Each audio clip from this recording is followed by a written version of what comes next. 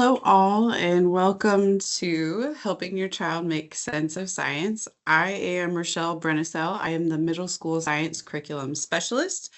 And just a heads up to you all, in this presentation, some of the examples are middle school specific, but all of the concepts that we're going to talk about today are in line with CMS K-12 Science Program. So let's start off with a little would you rather. So would you rather have your child memorize every science fact in the textbook? If so, give us a thumbs up. Or have your child figure out something scientific, like why ice melts faster on metal than on wood? And if that's your choice, choose a heart.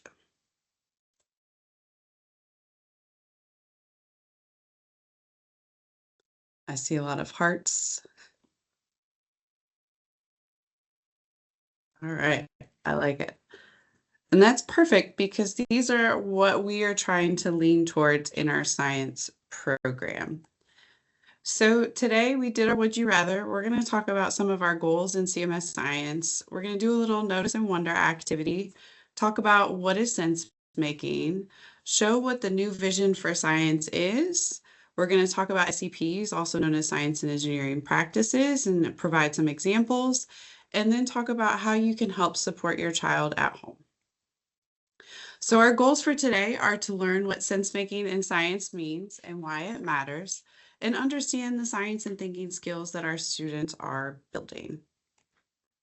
So we're going to watch this brief little video, and if you could put in the Q&A section, what are some things that you notice and that you wonder? All you got to do is pop all the balloons to get to the $100 bill, and you can have the $100 bill, all right? But here's the catch. You cannot poke the balloon with anything sharp to pop them. You cannot use a match to burn it. You can't use anything hot, actually, to pop the balloons. And you cannot touch the balloons at all right? You got to pop all the balloons to get to the money. Cannot use nothing hot. Can't poke it with nothing. You cannot touch the balloons. Okay. All right, so go ahead. Cannot touch them. How am I supposed to pop the balloon without touching it? That's for you to figure out. No, you cannot touch them. Cannot poke them. Nothing hot. No matches. You can't use a lighter to burn them on fire. And all the balloons need to pop. And that's 1, 2, 3, 4, 5, 6, 7 balloons.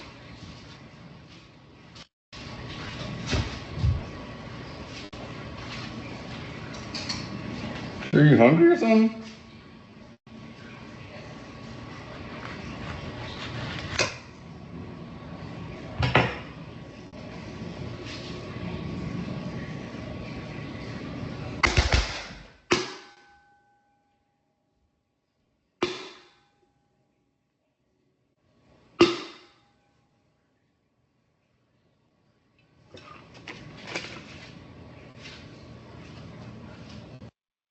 All right, so what are some things that you notice and that you wonder from the video?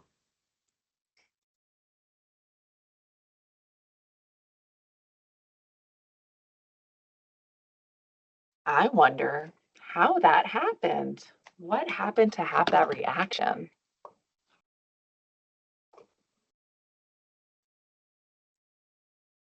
We have a family who's noticed that the orange caused the reaction. Okay. Any other notice and wonders?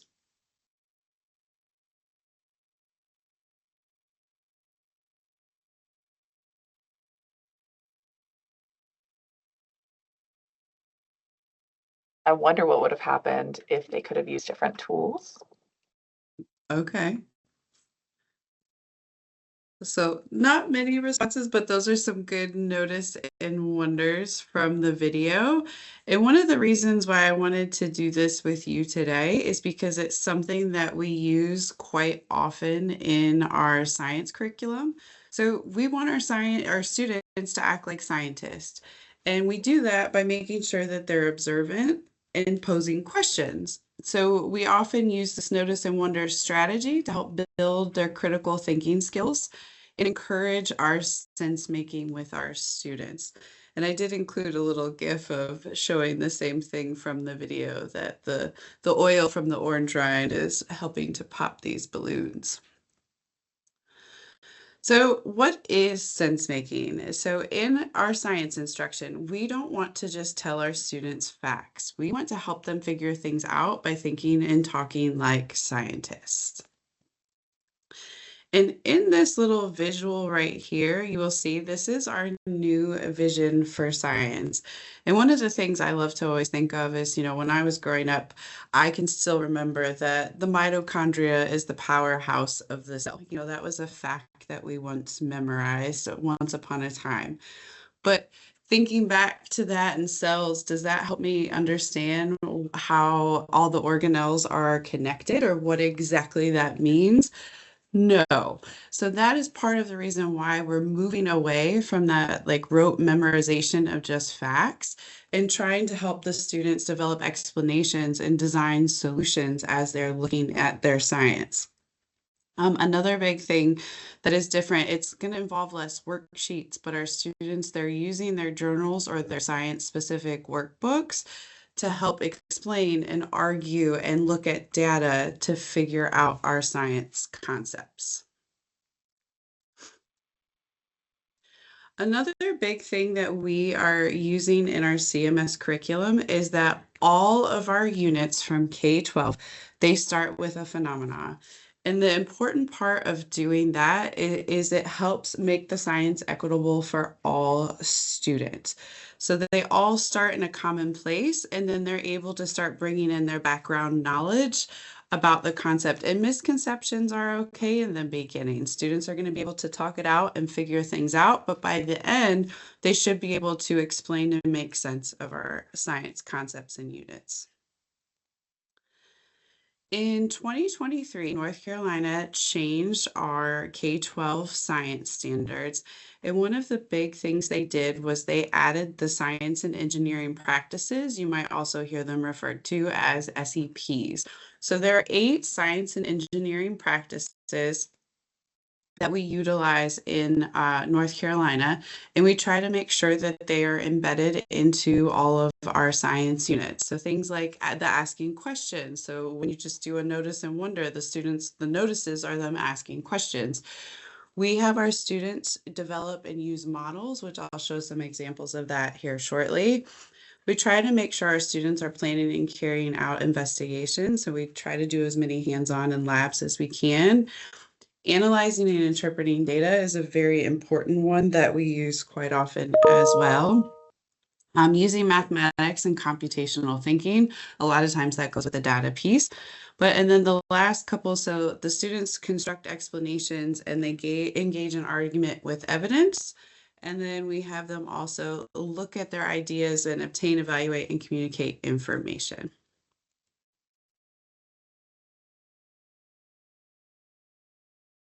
So here are just some examples of some models that we are using in middle school science. Again, the students are using models in K-12, but these just happen to be some middle school examples. So one of the examples in 8th grade science, the students start with a phenomenon about a bath bomb in water. And they're working to figure out things like elements, compounds, and mixtures, physical and chemical changes, elements, parts of the atom. So this is a model that just kind of shows some things that they use as they work on the unit about bath bombs. Another important part about our students and their models is their initial model should look very, very different from their final model because it shows how much they are learning along the way. Here's another example of 8th grade science unit from our ecology and our ecosystems unit where the wolves are all removed from Yellowstone and the effects that that has on Yellowstone. These are some of our 7th grade models. So there is a unit all about genetics, and it starts with a male and female long hair and short haired dachshund. And the students have to imagine if their puppies are going to have short or long hair. And they kind of work out all the pieces and parts to that. And one of our favorite units, our force, motion, and energy unit, where the students are actually learning about those concepts with the Fury from Carowinds. So they're working on developing ideas of how that all connects together in a roller coaster. And then 6th grade. So 6th grade, actually, all of their standards in their units will be brand new next year, but one of the ones they have done this year and that will continue to build upon next year is for waves is about Ben Underwood, a boy who was blind and used echolocation to get around. So this helps the students learn about waves.